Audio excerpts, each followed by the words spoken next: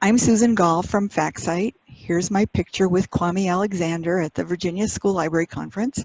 I'm going to be giving you a quick tour today of our newest database, which is Milestone Documents Online. For any of you who don't know about us, FactCite is a collection of databases. We have resources that can be used by students in primary grades through college. And this database that I'm talking about today, which we've just launched, you'll see that when I show you the live version, we still show it as beta.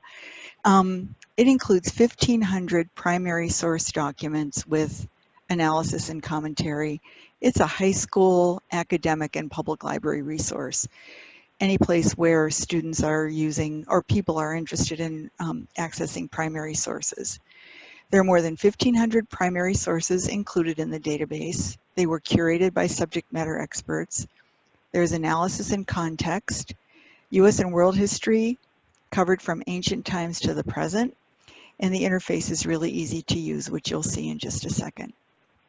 Today we're going to talk about the different curriculum topics that are featured, how the primary sources are incorporated into this database, and how the commentary and the context essays complement the sources themselves.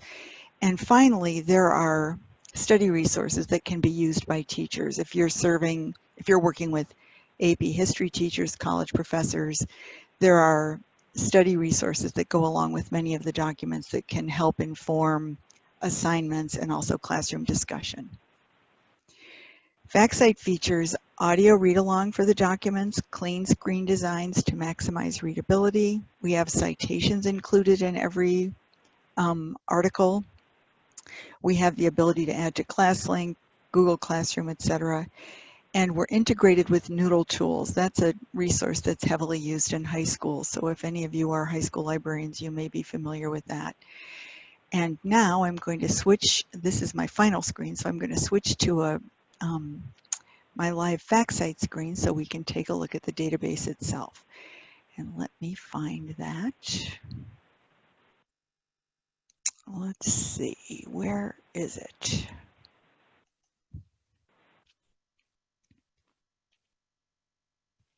I'm going to minimize the screen for a second so I can.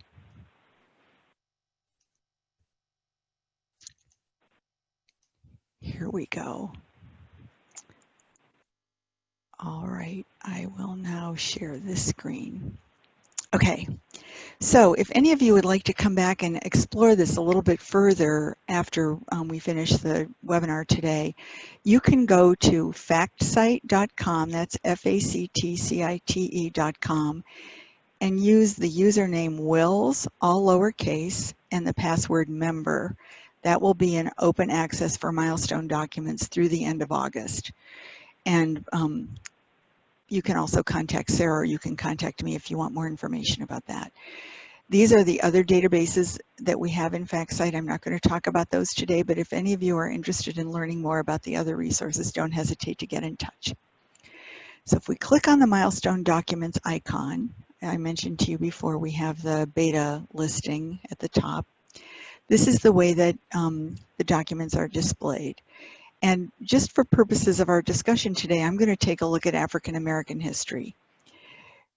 Each one of these sections is expandable, so there are hundreds of documents included in each section. In African American history, there are these various subsections, and I'm going to click on the one that says Say It Loud, Black Power, Black Feminism, and the Search for a New Radical Paradigm. Each of these subheadings would include a collection of documents. So here we have the Black Power, Feminism, Search for a New Radical Paradigm, and here are the primary sources listed. An Adam Clayton Powell article, Angela Davis, Black Panther. I'm going to click on Shirley Chisholm, who was a remarkable orator in the 1970s. And here's a document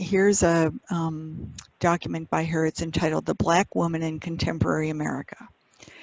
So the features that go along with this document would be an overview. This puts the document in context. And the person who wrote the scholarly context, overview, etc. for this document would be listed here, Paul Murray of Siena College.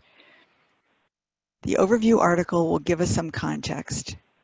She was selected as the keynote speaker for a national conference. That's the overview. Then we come to the document itself. Ladies and gentlemen, brothers and sisters. The complete speech is included here. Then if we go back, oh, I went back one too far. After the primary source document, there's an essay by Dr. Murray putting her speech in context, explaining a little bit about what Shirley Chisholm's mission was in giving this speech, what was her agenda. Then we go to about the author. This will tell us a little bit about Shirley Chisholm herself. Here's a further explanation and analysis also written by Dr. Murray. Here's a section on the audience. This isn't included for every document, but for any time the person was giving a speech, perhaps writing a letter, there'll be some information about who the audience or the intended recipient of this particular document was. What's the impact? Why do we care about this today? Then we have this section with study questions. These are some things if in high schools and colleges, there's the concept of the flipped classroom.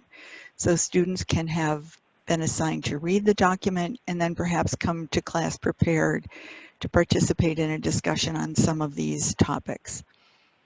In the further study section, we have other articles that relate to this particular document, this particular person. Every single FactCite article, not only the ones in Milestone Documents Online, but every single FactCite article has find articles similar. This is an algorithmic matching. It'll take you to other articles. We list the author of the article, the word count, and then the MLA 8 citation. And if your institution is using Noodle Tools, there's a link to Noodle Tools, so the citation would be drawn right into your Noodle Tools subscription. We have this section, would you like to comment on this article? This is not comment like on a public forum where the comments will be posted publicly. This is an opportunity for anyone who's using the database to send a comment to our FactCite editors. So when you click here, a box opens, an email comes to our managing editor. The email comes anonymously. We would know what institution's account was being used and from which institution the comment came, but we don't know who sent it. But frequently, our subscribers use this to send us comments or suggestions for enhancements, for requests for new content. And our company, we're a small company, small but mighty. I'm one of the owners here. Speaking of entrepreneurship, my husband and I started our company in 1992. And it's free market research for us when you all send us comments from the field, when we get comments from users. You can imagine from our elementary databases, we get a lot of goofy comments every day, if any of you have worked with elementary students. But we also get a lot of really serious suggestions. And when a comment comes in from a student, we take action on it because it's free market research, and we know if that student has an interest, there are probably others who do as well. A couple of other features about this database. When you're a FactCite subscriber, you can subscribe to a single database or a collection of databases. So if you choose all, when you're doing the Google style search here at the top, that would search all the databases included in your subscription. So if you were to subscribe to our American History bundle, for example, which has 3 databases, searching for Shirley Chisholm would search across all those 3 databases. You can also restrict the search to just Milestone documents. This icon here that you see is an add to Google Classroom. All of our links are persistent. That is to say, a professor can choose if there's a Google Classroom environment being used, a professor can choose to link to this specific URL as an assignment, and that's something he or she can send out to their students. I know my time is up, so I'm just going to say a couple of other things. FactCite is committed to student privacy, so we don't collect any information on individual students. We offer access at your institution or remotely for a single subscription price, unlimited access. FactCite displays well on any device, tablet, smartphone. We haven't found anything it doesn't work well on. It's quite affordable. You can request pricing through Wells, but I can tell you that Milestone Documents is under $300 for 1,500 documents. It's an amazing resource. During the last webinar, someone asked the question, or maybe it was one I did in New York State, someone asked the question, what's the advantage of this database over a primary source archive? And I would say the simplicity of searching and the context for the documents. So if you're working with student researchers who may find searching in a primary source archive overwhelming because they get so many hits returned and it's hard for them to find what they're looking for, this database and the curators, the scholars who put it together have curated the documents for you, and it's very user-friendly and is terrific support for student researchers. Any questions? And I'll just add to Susan's comments about the Milestone documents. The FactCite databases have really taken off, if you will, in Wisconsin in the K-12 market over the last several years. And if you have questions and want to talk to any subscribing districts, they're happy to talk about their experience. There are myriad resources to choose from beyond the Milestone documents. So please feel free to reach out to Susan or myself. And then again, we will include the link to the price quote request. It looks like Kathy has a question.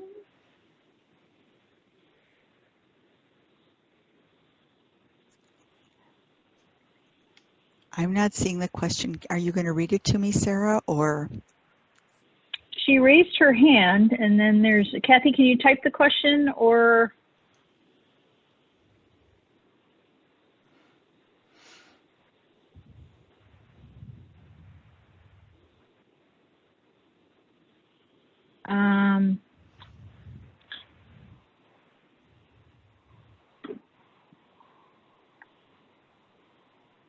I'm sorry, Kathy, we can't see your question. Oh, there, she typed it. She's asking if you'll have Google single sign-on. Oh, everybody's asking that, and we don't have it currently, Yeah. but we expect to have it by September 15th-ish. Perfect. That's been a question that's been coming to us almost daily from new subscribers. You know, this is the time of year when school renewals are coming in, and with everybody learning remotely, we had tremendous usage during the period of school closure in the spring.